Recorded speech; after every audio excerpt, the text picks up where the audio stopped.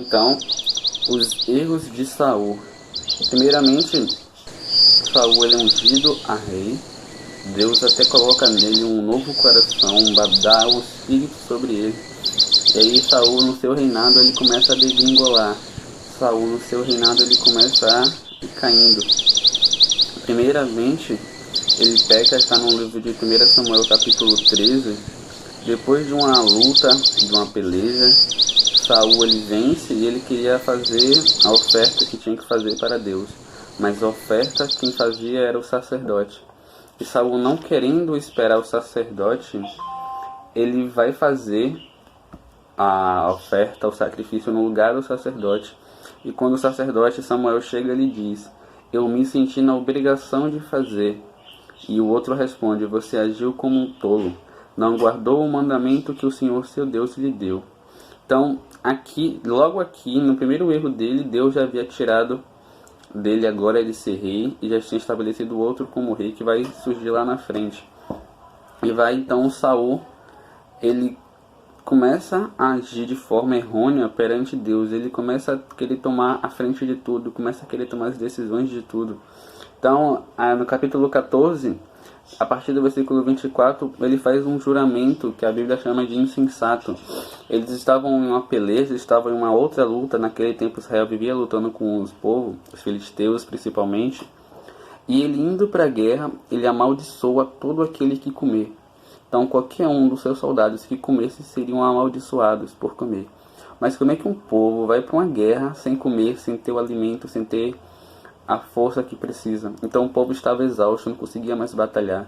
E ele era o culpado porque ele tinha amaldiçoado o povo. E o seu filho Jonatas, que não estava na hora quando ele amaldiçoou o povo, comeu. A Bíblia vai dizer que ele comeu um favo de mel e ele ficou forte. E ele iniciou um movimento lá que conseguiu dar vitória para o povo. Então ele comeu e ele conseguiu força. E todo o povo, então, se tivesse comido, conseguiria força para vencer a batalha. Então ele não agiu com tanta sabedoria assim. Já é o segundo erro de Saul que a gente pode comentar. E vamos agora para mais dois erros de Saul. Esse daqui é o erro mais conhecido e o erro principal. No capítulo 15, Deus manda ele ir até os amalequitas para destruir os amalequitas. Mas Deus ele é muito específico, manda destruir tudo. Ele diz assim: vá e destrua tudo. Os homens, as mulheres, as crianças, os recém-nascidos, o gado, as ovelhas, os camelos e os jumentos. Isso é para destruir tudo, não é para deixar sobrar nada. Então Saul vai. E no versículo 9 vai dizer assim: Saul e seus homens pouparam a vida de Agag, como o melhor das ovelhas, do gado, dos bezerros, gordos e dos cordeiros. Destruiu apenas o que não tinha valor ou que era de qualidade inferior. Não somente isso, como no versículo 12 vai dizer o seguinte: Saul foi para a região do Carmelo, onde levantou um monumento para si próprio, depois seguiu para Gilgal. Então, esses foram os 4 erros de Saul no seu reinado. Ele foi só degringolando, ele ia fazendo as coisas como um rei, o sucesso lhe subiu a cabeça. Então Deus mandou ele fazer algo e ele não fez o que Deus mandou. Ele achou melhor fazer do jeito dele. Não obstante a isso, ele ainda construiu um altar para si. Naquela época o altar era só para Deus, eram para as divindades e para o Deus verdadeiro, e ele decide levantar um altar para si. Então Deus ele chama Samuel, chama o seu sacerdote, o seu ungido, e conversa com Samuel sobre Saul, sobre a desobediência de Saul. E Samuel vai confrontar Saul, vai falar com Saul que ele errou, que ele pecou e por que tanta desobediência. E é interessante que Saul ele insiste, ele vai dizer assim, no versículo 20: mas eu obedeci ao Senhor, cumpri a missão de que ele me encarregou, trouxe o rei Agag, mas destruí todos os amalequitas. Então meus soldados trouxeram o melhor das ovelhas e dos bois, bem como o melhor dos despojos, a fim de sacrificá-los ao Senhor, seu Deus, em Gilgal. Aqui é algo interessante que a gente vai perceber no livro de Juízes, que vem antes desse livro de Samuel, que vai dizer o seguinte: naquela época, quando Israel não tinha rei, o povo fazia o que era bom aos seus olhos. E em contraste vai dizer que o povo só fazia o que era mal aos olhos de Deus. Ou seja, nem sempre aquilo que eu estou fazendo que para mim parece bom, para mim parece ótimo, para mim parece perfeito, significa que do céu Deus está me aplaudindo. E foi a mesma coisa com Saul. A gente percebe que Saul não fazia por maldade. Saul não fazia, ele não pecava na intenção de pecar, mas ele pecava achando que estava fazendo certo. Ele vai dizer: não, eu não pequei, Deus mandou eu fazer algo, mas eu achei que seria melhor se eu fizesse dessa forma, então eu fiz. Então a gente vê que nem sempre o que para nossos olhos é o bom, é o melhor, significa que é melhor para Deus. E Samuel vai falar aquela típica frase muito conhecida: é melhor obedecer do que sacrificar. E ele vai dizer algo muito interessante: a obediência é melhor do que o sacrifício, e a submissão é melhor do que gorduras. A rebeldia é um pecado tão grave quanto a feitiçaria, e persistir no erro é um mal tão grave quanto adorar ídolos. Então, Saul são 4 erros. Então a gente vê que você não obedecer a Deus é um erro, é um pecado. E este erro de não obedecer a Deus é tão grave quanto adorar ídolos, quando há idolatria. E ainda no capítulo 15, a gente vai ver a explicação de Saul, e algo que chama muita atenção. No versículo 24, Saul vai dizer o seguinte: então Saul confessou: sim, pequei, desobedeci às instruções e à ordem do Senhor. Por quê? Porque eu tive medo. Medo de quem? Medo do povo, medo do homem, e fiz o que eles exigiram. Então a gente vê que ele fez tudo isso, segundo ele, porque ele teve medo. Medo da pressão, medo do homem. A gente vai ver isso também no Novo Testamento, quando diz que muitos dos fariseus, muitos dos mestres da lei, creram em Jesus, creram na mensagem de Jesus, mas porque tiveram medo do que os outros iam pensar, não seguiram Jesus. E aqui a Bíblia vai dizer que o princípio da sabedoria é o temor. O temor ao Senhor é o princípio da sabedoria. Para você ter sabedoria, você tem que temer a Deus. E aqui Saul tinha medo do homem, tinha medo da opinião das pessoas. Então a Bíblia vai entrar agora em um contraste que é muito interessante de ser explicado. Vai dizer no versículo 29. E Samuel falando para Saul. De primeiro ele tira Saul do poder, diz que ele pecou e que não pode ser perdoado. E diz assim: aquele que é a glória de Israel, Deus, não mente nem se arrepende, pois não é ser humano para se arrepender. Já lá embaixo, no versículo 35, diz assim: e o Senhor se arrependeu de ter estabelecido Saul como rei de Israel. Este contraste vai aparecer também no livro de Gênesis e no livro de Números. Em Gênesis 6:6 vai dizer que Deus se arrependeu de ter feito o homem. E em Números 23 vai dizer que Deus não é homem para que minta, nem filho do homem para que se arrependa. E aqui de novo ele diz que Deus não é homem para se arrepender, mas abaixo diz que Deus se arrependeu. Então muitas das vezes a gente lê e não entende este contraste que a Bíblia diz. Nós precisamos entender que a Bíblia ela foi escrita há muitos anos atrás, há muito tempo atrás. E a linguagem que era usada, o hebraico, o aramaico, o grego, hoje em dia não são tão usadas assim. Então quando as pessoas vão traduzir a Bíblia, eles tentam usar os termos mais próximos do entendimento. Então quando diz que Deus ele não se arrepende, vai dar a ideia de arrependimento é quando você faz algo errado e você percebe que está fazendo errado. É errado. Eu fiz algo errado e me arrependi porque eu vi que aquilo era errado. Mas quando vai dizer que Deus se arrependeu, vai dar uma semântica, um sentido de tristeza. Deus ele se entristeceu de ter colocado Saul lá no reino, como um rei, porque Saul era para ser o braço direito de Deus. Deus estabeleceu Saul como o maior, como um rei, como um líder. Então todo o povo seguia Saul. Se Saul seguisse a Deus, todo o povo seguiria a Deus por tabela.